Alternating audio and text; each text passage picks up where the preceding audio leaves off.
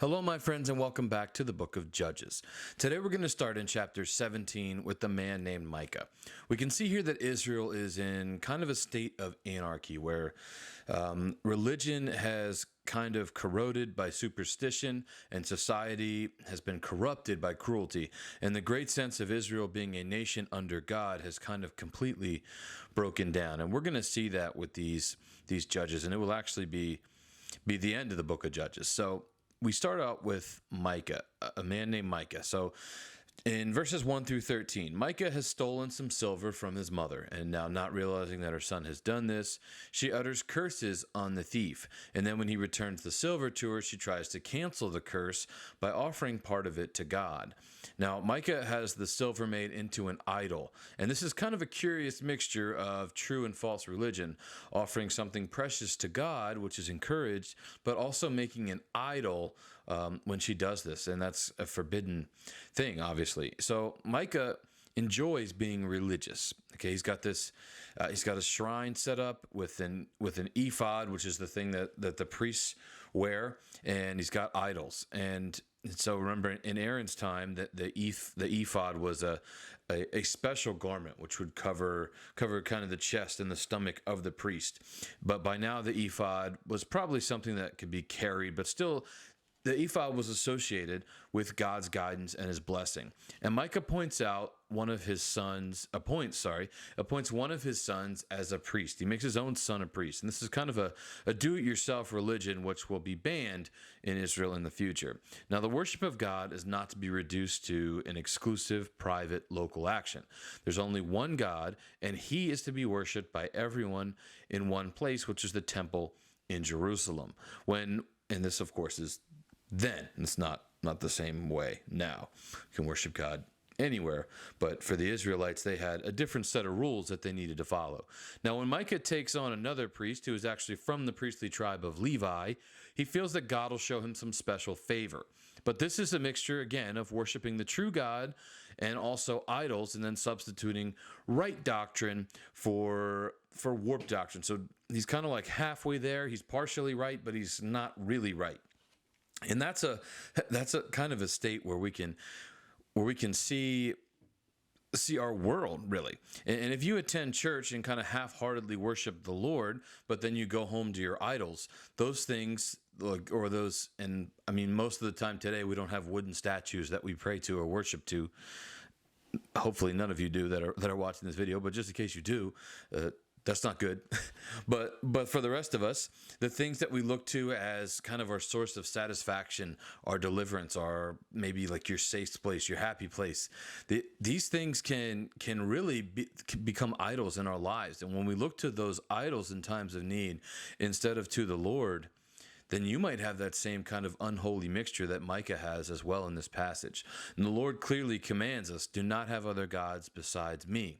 So know that should you worship and pray to the true God while also counting on an idol, you're kind of undermining yourself and you prevent your prayers from being answered. God is not going to accept partial allegiance. He wants us, and he wants all of us. And so then we come to the tribe of Dan. So one of the tribes, the descendants of Dan, they're still looking for a place to settle. In their search, some of them arrive at the house of Micah and recognize the young Levite who's the priest there. He directs them to Laish, which is a beautiful stretch of country occupied by peaceful and unsuspecting people.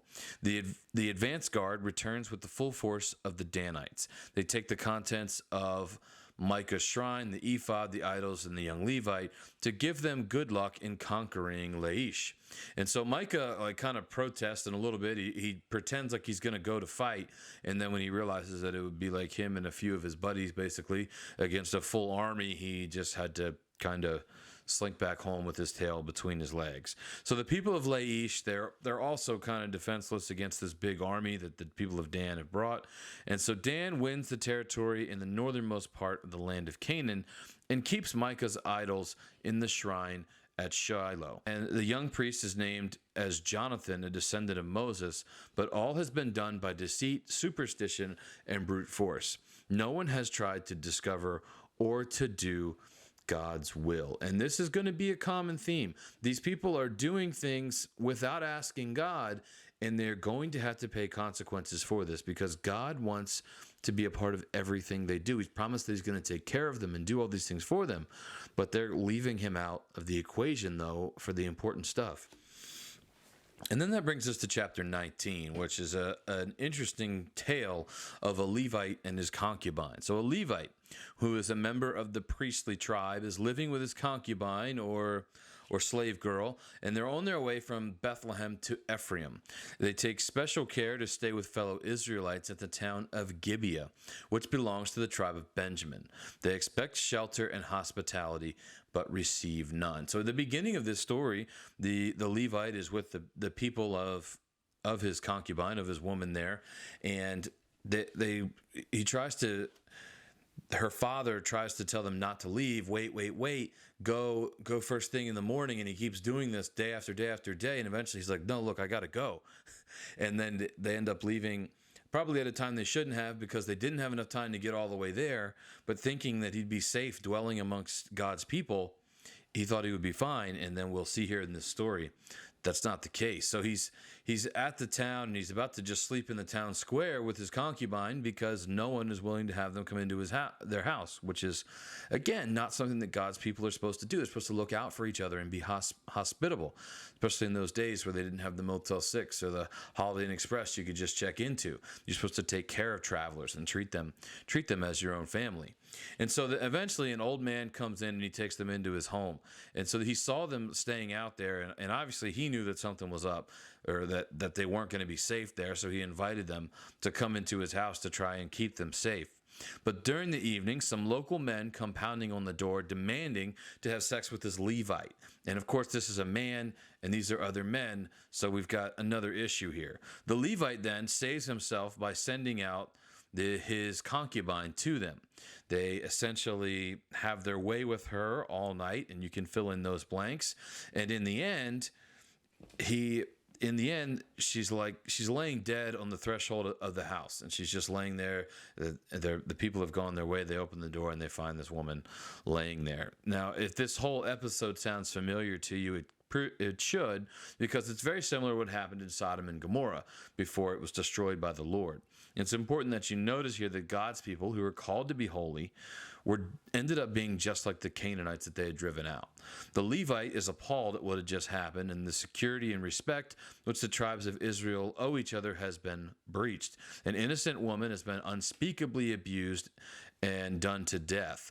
To convey the brutality and shame to all Israel, he cuts the slave girl's body into 12 pieces and sends a grisly, stinking segment to every tribe, including Benjamin, which has been responsible for the deed. So paint this picture for you. This woman has been raped and killed by these men, and then the Levite is upset by it. So what he does is he cuts her into 12 pieces and sends her to each tribe, and is like, hey, this terrible thing has happened. What are you going to do about it? And Tony Evans has a nice note on this. He says, this was serious culture, decadence, and decline. There was homosexuality, rape, cultural chaos, and mutilation among God's people in the promised land because there was no divine standard operating. They were no longer serving and following the Lord. When people within a nation move away from honoring God, decline and chaos inevitably set in. It doesn't matter who's in power. It doesn't matter if it's Democrats. It doesn't matter if it's Republicans. It doesn't matter if they claim to be Christians even. If God is not in trouble and the nation itself is moving away from honoring God, bad things are on the horizon. And until the spiritual aspect gets fixed and the idols are dismissed, specifically among God's people, there will be no God, no king, and no divine standard operating within that country that can fix the downhill race into tragedy. And that's easy to see when you look around the world today. You look around all the nations whose God is not the Lord, and all these people that have gone away from the biblical sense of morality. Things are not good. There's not peace amongst the people. It doesn't look like the future is especially bright. And here is why. Because they have left the Lord and they are no longer following him. And so then we have the Israelites coming to fight against the Benjaminites starting in chapter 20. When the tribes of Israel received that evidence, the pieces of the woman's body, they gathered together at Mizpah. Now, Mizpah means watchtower, and the place is not far from Jerusalem. The 11 tribes of Israel resolved to raise a united army to discipline the offending tribe of Benjamin. Now, at first, the Israelites demand that the Benjamins hand over the men who committed the murder and the rape, but this request is refused. So they could have just given up these people that had committed this wretched sin and crisis averted. Let them pay for their crime and it's all over. But these people refused. Instead, the Benjamites gather an army, which includes 700 formidable sling men. Now, a sling was actually a fearsome weapon in those days, which would send a stone of up to like a pound in a weight at a very high speed and with great accuracy, which we remember happening with the story of David and Goliath, where David the shepherd boy killed Goliath the giant and warrior. Now, the numbers of men gathering for battle are extremely large, and it's uncertain how to translate, or really, we don't know exactly how large this army was, but we can assume that it was huge. And it was a massive army that was coming up against the people of Benjamin. And the Benjaminites, they're hopelessly outnumbered, but they are great fighters. And this is the tribe that produced Ehud and will eventually produce King Saul, the first king of Israel, when they forsake God as their king and want a human king. Now, for 2 days, they defend Gibeah and inflict death and destruction on the Israelites with their slings. They're winning this battle. Everything's going great. And then the Israelites seek God's guidance with more earnestness. So both times they've asked God, do you want us to go up against them? And that's it. But this time they humbled themselves. They worship themselves. They come to God wholeheartedly and say, God, what do you want us to do? And God says, go down one more time, and this will be it. So on the third day of battle, the Israelites adopt a different strategy. They retreat from Gibeah in 2 different directions, drawing out and splitting up the Benjamites, who pursue them. But an extra force of Israelites then emerges from hiding to capture Gibeah and set it on fire. When they turn to see their city going up in flames, the Benjaminites realize that they've been tricked and they're surrounded, and now they really have no hope. Some escape to the rock of Rimmon, a few miles from Bethel, where they managed to survive, but the rest of the Benjamite men and their cities were destroyed. So then we have the results of this. In chapter 21, once the battle is over, the full horror of the situation sinks in. The tribes of Israel have been torn apart by civil war, and one of them, Benjamin, has been brought to the brink of extinction. The Benjaminites will die out because the other tribes actually made a vow here. In chapter 21, we'll see that they would never let their daughters marry anyone from that tribe. And so as they weep and worship, the Israelites realize that the men of Jabesh Gilead have failed to come and help in the cause. The people of Jabesh Gilead are descended from Joseph, and so they have a closer relationship with the Benjaminites, who are descended from Joseph's much-loved brother. Nevertheless, they have withheld their support from the common cause of Israel and must be punished for it. So a force is sent to destroy Jabesh Gilead and to seize its young women to be wives for the surviving Benjaminites. And when there's still a shortage of females, the Benjaminites are encouraged to kidnap the girls they need from the festival at Shiloh, which is a pagan ritual from the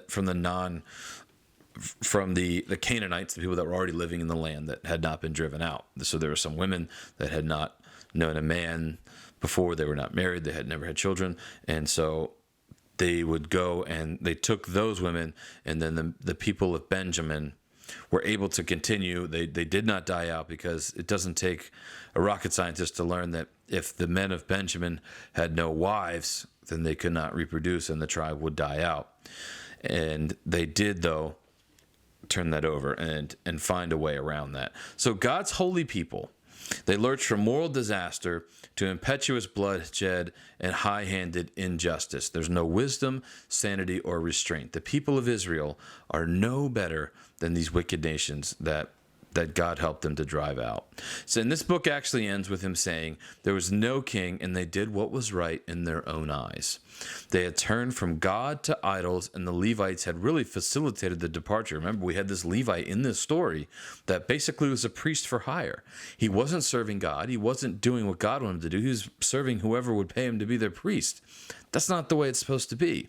There was no spiritual standard in those days, no king to turn the people to God through his example. And thankfully, this is no longer the case. Though the judges and even the later kings of Israel were always imperfect and often wicked, we now have a judge and king like no other, named Jesus. He alone can turn sinners to the living and true God, making them holy and upright. And that's the question for us today. Are we willing to turn to Jesus and submit to what he says is right and what is wrong? Or are we going to be like the people of Israel, who only did what was right in their own eyes? The choice is ours. And that's all for today. I'll see you tomorrow in the book of Psalms.